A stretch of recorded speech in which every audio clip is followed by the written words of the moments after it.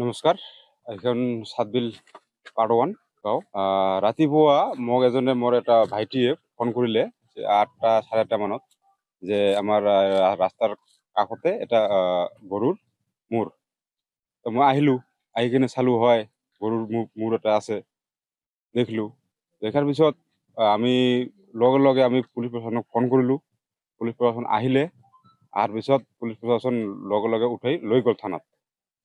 এতিয়া আমার কথা হয়েছে যে 3 কিলোমিটার 4 কিলোমিটার আমার আমার এরিয়াত মুসলিম নাই, তার ওইফালে আছে মুসলিম। কিন্তু কালি ঈদ গল, ইহতর পবিত্র ঈদ, পবিত্র ঈদ গেছে ঠিকই আছে, মুসলিম সমুদায়সকলক ঈদ মুবারক।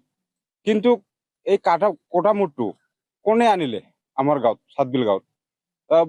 মন্দিৰ মোটামুটি মন্দিৰেৰ 200 মিটাৰ ওচৰত মূৰটো দেখা গ'ল।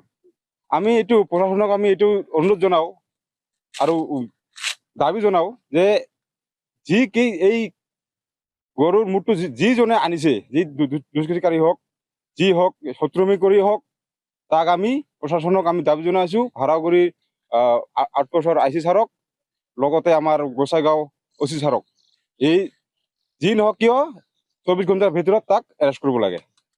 আজি তাৰমানে পুৱাৰ ভাগত আমাৰ গাঁৱলীয়া মানুহে ইয়াত গৰু এৰাল দিব আহি প্ৰত্যক্ষ কৰে ইয়াত এটা গৰুৰ কটা মূৰ দেখা পায়।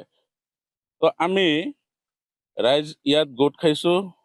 ৰাইজে এইটো প্ৰত্যক্ষ কৰাৰ পিছত ভাড়াগুৰি IC মহোদয়ক জনোৱাৰ পিছত IC মহোদয়ে এই বস্তুখিনি লৈ যায়।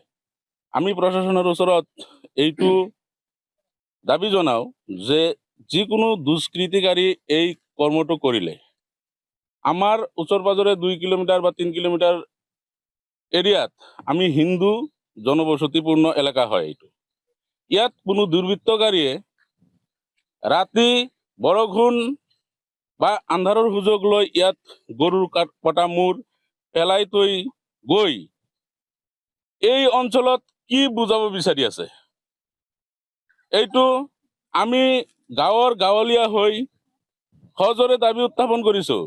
এই কৰ্মৰ লগত যোনজন দুষ্কৃতিকাৰী জড়িত আছে তাক কঠোৰতকৈ কঠোৰতম শাস্তি বিহিব লাগে বুলি আমি প্ৰশাসনৰ ওচৰত দাবী জনাইছোঁ। এই গাঁওখন সাতবিল প্ৰথম খণ্ড হয়।